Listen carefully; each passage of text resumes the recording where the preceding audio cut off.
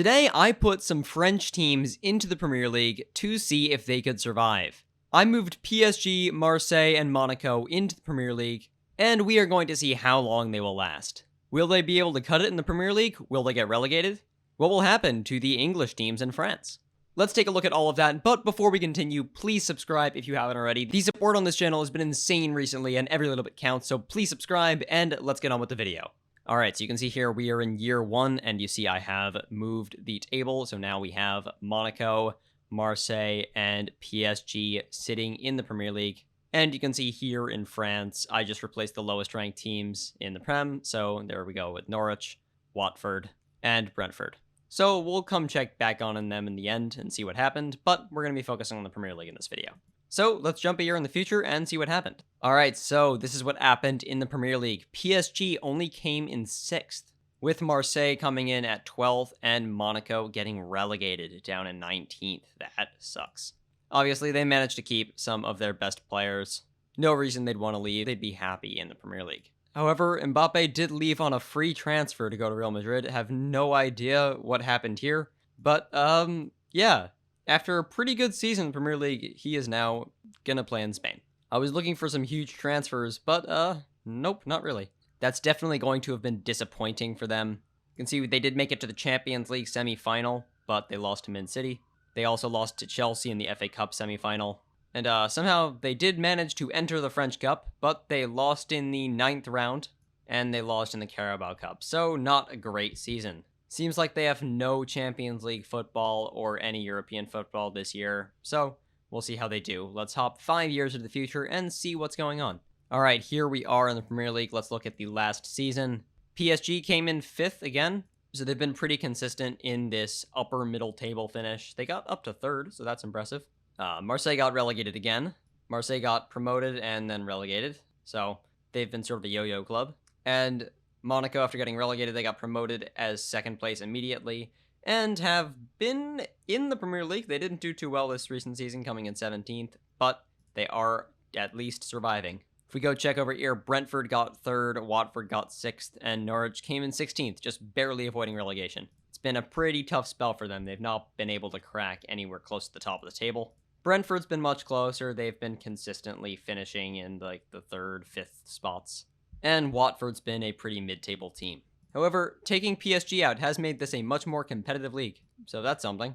Well, let's take a look at PSG's finances. Alright, they're doing fine. That Prem money is not hurting them, and they're definitely still getting some money in from their owners, likely. Let's take a look at the squad. Alright, they've got Haaland in there, so that's new. So he went to them instead of to Man City in this universe, as they're now in the Premier League. Mbappe's still playing for Real Madrid, being pretty happy with that. Messi retired and is now an unemployed head coach. And Neymar went to Rennes for some reason.